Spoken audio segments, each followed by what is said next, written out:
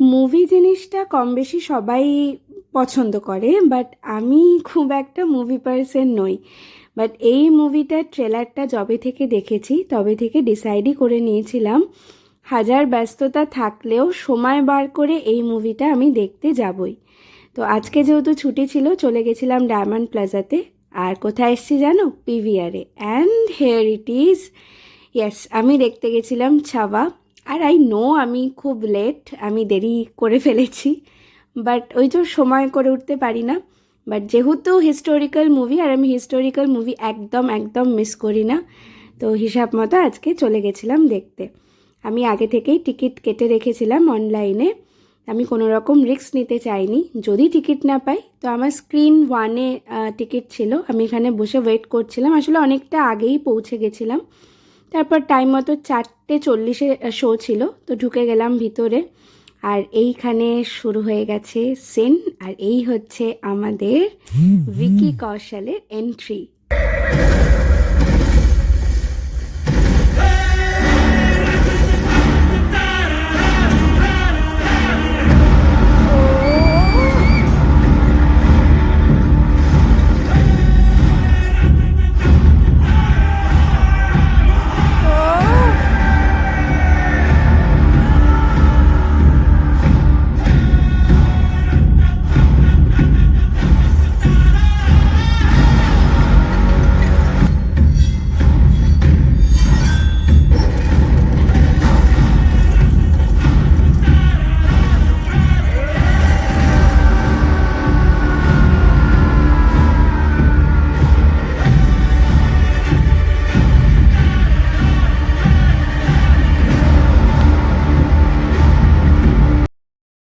Movie review নিয়ে আলাদা করে কিচ্ছু বলার নেই, শুধু এটুকুই বলবো যারা এখনও দেখোনি মুভিটা তারা গিয়ে দেখে এসো, অসাধারণ লাগবে। আর যারা আমার মতো ভিকি কৌশলের ফ্যান তাদের তো আলাদা করে বলতে হবে না। আর যেহেতু এটা পুরোটাই ট্রু স্টোরি বেস, তাই 1 সেকেন্ডের জন্য চোখের পাতা পড়বে না।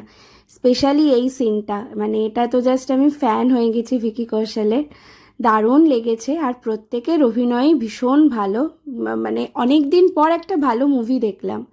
তারপর কি একটু হালকা পাতলা খেয়ে মার আর বাবার জন্য এখানে 2টো আইসক্রিম নিয়ে এসে মাকে দিয়ে দিলাম।